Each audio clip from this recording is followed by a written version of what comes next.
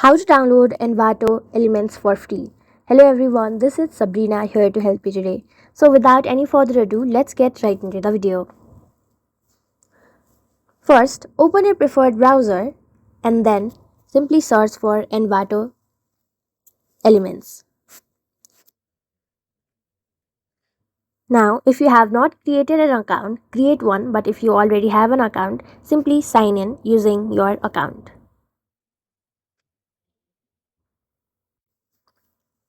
Now that I have created an account, what you will have to do in order to download free elements is simply go to this monthly freebies, scroll down and you will find this option of monthly freebies.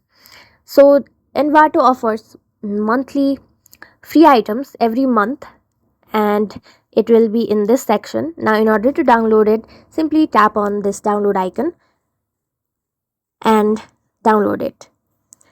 Before downloading, you will have to agree to the free file single use policy and confirm download. So that's it. Thank you for watching this video. Make sure to like, share and subscribe to our YouTube channel. If you got any question, comment them down and I'll catch you in the next one.